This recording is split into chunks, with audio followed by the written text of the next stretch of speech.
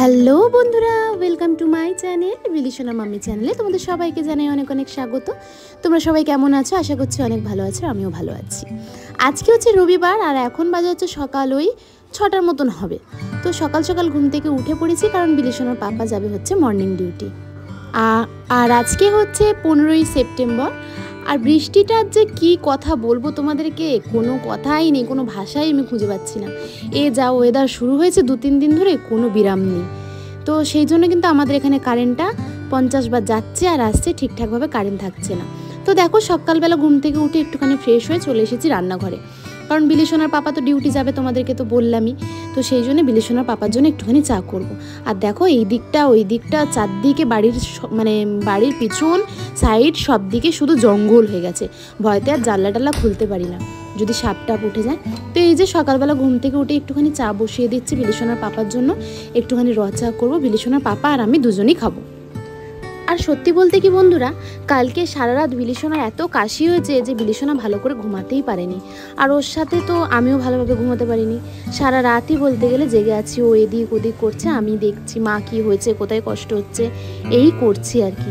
এই করতে করতে ভালোভাবে ঘুমটাও হয়নি, আর তার সঙ্গে সকাল 6টার সময় অ্যালার্মও বেজে গেছে।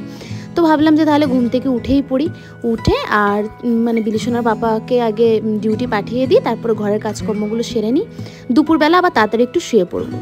তো সেই জন্যে ভাবলাম যে না, আর বেলা করে শুয়ে থেকে লাভ নেই, উঠেই পড়ি। আর এই যে ঠান্ডা ঠান্ডা ওয়েদারের মধ্যে সংসারে কাজকর্ম সারতে কিন্তু খুবই ভালো লাগে। এর ফলে কি হয় বলো তো, গায়েতে একদমই ঘাম দেয় না, বেশ ক্লান্তিও লাগে না, ঠান্ডা ঠান্ডার মধ্যে বেশ ভালো লাগে। তো এই যে বিলিসোনার বাবা কালকে অনেক বাজার করে নিয়ে এসেছিলো, মানে ভুসিমাল বাজার। তো এই যে বিস্কুটগুলো নিয়ে এসছে, তো সকালবেলা ওকে দিলাম এই দুটো বিস্কুট, আমি নিলাম। আর দেখো বিলিসোনা এখানে কীরকমভাবে ঘুমাচ্ছে, ওকে দেখেও খুব মায়া লাগছে জানো তো, সেই জন্য আর ওকে ডাকিনি। তো এই যে আমি একদম ব্রাশ ট্রাশ করে ড্রেস চেঞ্জ করে চলে এসেছি। আগে চুলটা ভালো করে বেঁধে নিই, বিলিসোনার পাপাও চলে গেছে ডিউটিতে। নাও, এবারে আমার সারাদিনের কাজ শুরু। আর চুল ওঠার তো কোনো বিরাম নেই, সারাদিন রাত।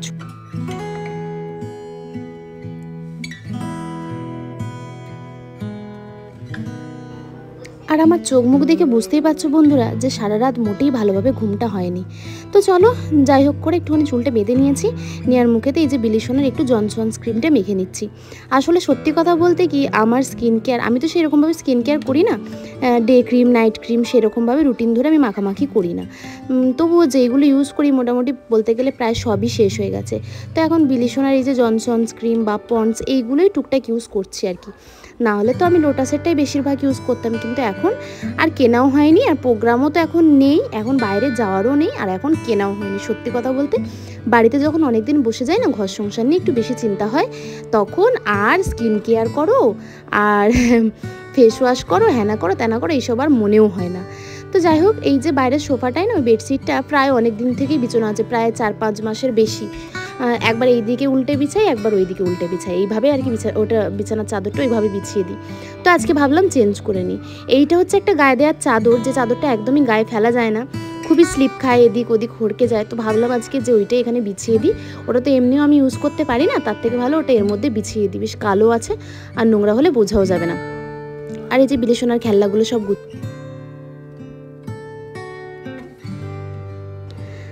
আর এই যে ভিডিওটা এডিট করার সময় দেখলাম যে দেখা যাচ্ছে জানলার বাইরে একটা লোক দাঁড়িয়ে আছে। আসলে কি জানো তো, ওরা দুজন মিলে সকালবেলা গল্প করছিল, ওই লোকটা আর ওই যে ছাতা মাথায় নিয়ে বউটা। ওরা গল্প করছিল, আমি শুনতে শুনতে বেশ কাজ সারছিলাম।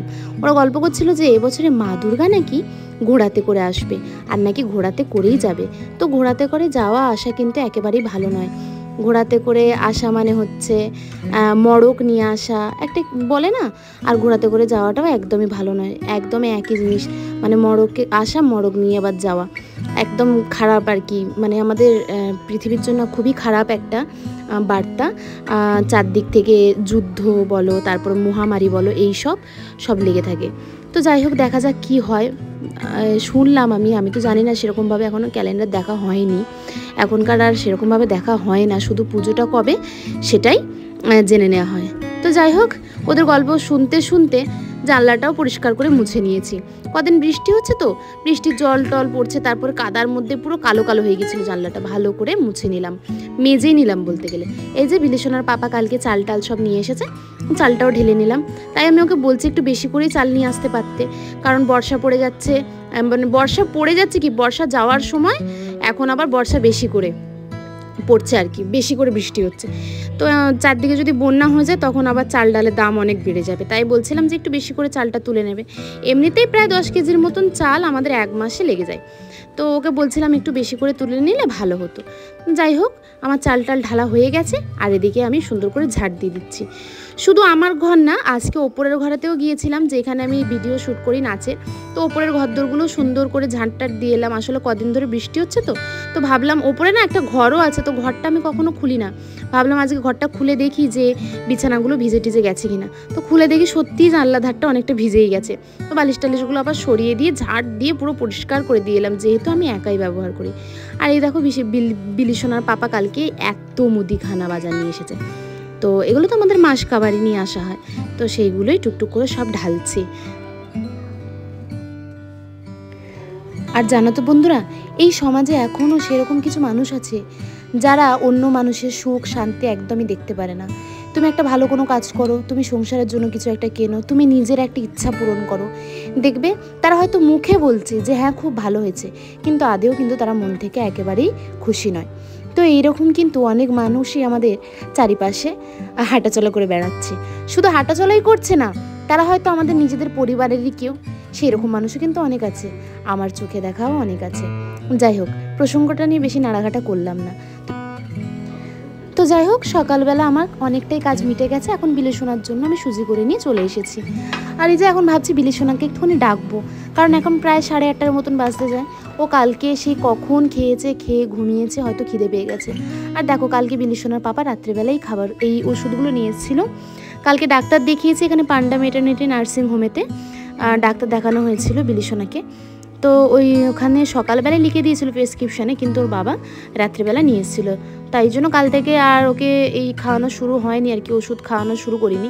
তো ভাবলাম আজকে সকাল থেকে ডোজটা দেওয়া শুরু করে দিই অ্যান্টিবায়োটিকের।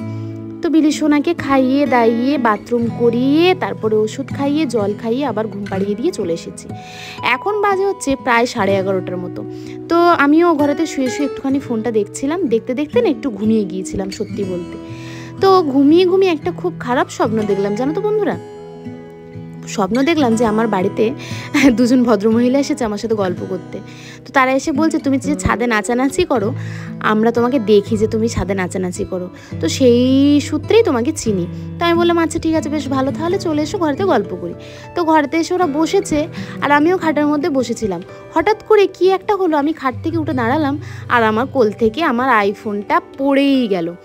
শুধু পড়েই গেল না, পড়ে গিয়ে তার ক্যামেরাটাও ভেঙে গেল, আর সব কিছু ভেঙে ছিটকে এদিক ওদিক সেদিক হয়ে গেল। আমার তো মন খুব খারাপ হয়ে গেল। আমি ভাবলাম ব্যাস, আমার এতগুলো টাকা সব জলে চলে গেল, এখনও একটা ইএমআই দেওয়া হয়নি, আর তার আগেই আমার সব শেষ, আমার জীবন শেষ। আমি তো বিশাল কান্নাকাটি করছিলাম। তারপর হঠাৎ করে ফোন বাজছে, তারপর ফোনটা হাতে করে ভালোভাবে নিয়ে দেখি যে ফোনের স্ক্রিনের মধ্যে একটুখানি লাইট জ্বলছে, আর সেখান থেকে দেখা যাচ্ছে যে কে ফোনটা করেছে। তারপরে আচমকা কি হলো, আমার ঘুমটা ভেঙে গেল, দেখলাম সত্যি সত্যি আমার ফোনটা বাজছে। তো ফোনটা রিসিভ কি করব বন্ধুরা, ঘুম থেকে উঠে আমি তো উঠে বসে কিছুক্ষণ ভালোভাবে নিঃশ্বাস নিচ্ছিলাম, জানো তো, যে ভগবান যদি এরকম সত্যিটা হয় তাহলে আমি যে কি করব তার কোনো ঠিক নেই। তো যাই হোক, মানে খুব ভয় পেয়ে গেছিলাম। ফোনটা আমাকে খুবই সাবধানে রাখতে হবে, যেহেতু একটা স্বপ্নের জিনিস, আর সব মানুষের পক্ষে সম্ভব হয় না নিজের স্বপ্ন পূরণ করার, কিন্তু আমি তো একটু একটু করে চেষ্টা করছি আমার স্বপ্নগুলো পূরণ করার। এখন অনেকেই হয়তো আমাকে বলছে যে এত দাম দিয়ে ফোন কেনার কি দরকার ছিল। সত্যি বলতে কি বন্ধুরা, এই তো বয়স, এই সময়টা একটুখানি নিজে কাজকর্ম করছি, এই সময় যদি নিজের এক একটা স্বপ্ন যদি পূরণ না করতে পারি, কিছুদিন পর বিলিশোনা আরেকটু বড় হয়ে যাবে। যখন বিলিশোনা ধরো 3-4-এ পড়বে, তখন ওর একটা পড়াশোনার চাপ হয়ে যাবে, আমিও আর কাজ টাজ করতে পারবো না, তখন আমাকেও কাজ ছেড়ে দিতে হবে। তখন কি আর নিজের শখগুলো নিজে পূর্ণ করতে পারবো? বরের উপর কতটা নির্ভরশীল হয়ে থাকবো? সে সংসার চালাবে, মেয়ের দায়িত্ব পালন করবে, আমার দায়িত্ব পালন করবে, নাকি আমার সব শখ আহ্লাদ পূরণ করবে? শখ আহ্লাদের তো একটা লিমিট থাকে। এখন যদি আমি কাজকর্ম না করে তাকে বলি যে আমাকে 80,000 টাকা দিয়ে একটা ফোন কিনে দাও, তার পক্ষে কিনে দেওয়া তো কখনোই সম্ভব নয়। সেই জন্য যতদিন কাজ করছি ততদিন চাই যে নিজের শখগুলো নিজেই টুকটুক করে পূর্ণ করে ফেলি। তো এই দেখো, তোমাদের সাথে কথা বলতে বলতে সংসারে কিন্তু অনেক কাজ আমার হয়ে গেল। আর দরজাটা খুললাম কেন জানো, আমি আওয়াজ পেলাম যে বিলিশোনার পাপা এসছে, বাইকের আওয়াজ হলো। তারপর হঠাৎ করে দেখলাম যে বাইকটা বাইরে আছে, বিলিশোনার পাপা আর ঘরে নেই। তো এই যে দেখো এদিকে কিন্তু আমি ভাত বসিয়ে দিয়েছি আর এদিকে ডালও বসিয়ে দিচ্ছি। বৃষ্টির ওয়েদার, ভাবছিলাম খিচুড়ি করব, তারপর ভাবলাম যে না, খিচুড়ি করলে কেউ খেতে চায় না। আর এই দেখো এখানে কদিন বৃষ্টি হচ্ছে আর আমার এখানে এতগুলো বেডশিট, জামা, চুড়িদার, হেন তেন, নাইটি, চারটিখানি সব জমে গেছে। আর তোমরা তো জানোই যে বিছানার চাদর পাল্টানো আমার বলতে গেলে একটা স্বভাব, সেটা ভালোই হোক আর খারাপই হোক, একটা স্বভাব। 2 দিন 3 দিন ছাড়াই আমাকে চাদর পাল্টাতে হয়।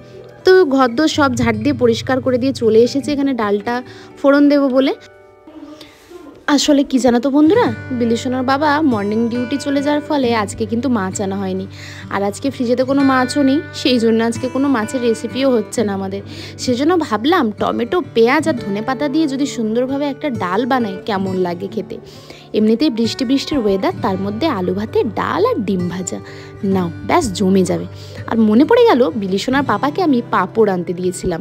বিলিশনার পাপা হয়তো পাঁপড় আনতে ভুলে গেছে, সেই জন্যে ও ঘরেতে বাইকটা রেখে আবার গেছে এই সামনে মুদিখানা দোকানে পাঁপড় আনতে। তারপরে বিলিশনার পাপা যখন ঘরে এলো দেখলাম যে সত্যিও পাঁপড়ই আনতে গিয়েছিল। তো এই যে দেখো আমি এখানে কাঁচা লঙ্কা, পেঁয়াজ আর নুন দিয়ে 2টো ডিমকে ফেটিয়ে নিচ্ছি, কারণ বিলিশনাকে ডিম দেবো না। তার কারণ হচ্ছে বিলিশনা প্রায় রোজই ডিম খায়, আর এখন যেহেতু ওর ওষুধ চলছে, ওর ওপরে যদি ওকে আমি ডিম দিই তাহলে কিন্তু ওর শরীরটা আরও গরম হয়ে যাবে। তো যাই হোক, এখানে আমার ডাল কিন্তু হয়ে গেছে একদম রেডি। আর এই যে আমি পাঁপড়টা ভেজে নিচ্ছি। আর আজকে কিন্তু কাঁকরোল ভাজাও হয়েছে, সেটা কিন্তু আর তোমাদেরকে দেখানো হয়নি, যেহেতু আমি তাড়াহুড়ো করে করছি। বিলিশনার পাপা চলে এসেছে ডিউটি থেকে। আজকে যেহেতু প্রচুর পরিমাণে বৃষ্টি হচ্ছে তো সেরকম কোনো কাজ ছিল না, সেই জন্য তাড়াতাড়ি চলে এসেছে। 12টার মধ্যেই বাড়ি চলে এসেছে, এসে আর ওই পাশের ঘরেতে শুয়ে পড়েছে, শুয়ে শুয়ে আর ফোন দেখতে, জামা প্যান্ট ছেড়ে। আর এখন যেহেতু ঠান্ডা ঠান্ডা ওয়েদার, সবাই যেন শুয়ে শুয়ে ল্যাদ খাচ্ছে। তো এই দেখো বন্ধুরা, আজকে কি সুন্দর খাবার, তাই না? কার কার ভালো লাগে এরকম খাবার খেতে অবশ্যই আমাকে কমেন্ট করে জানিও।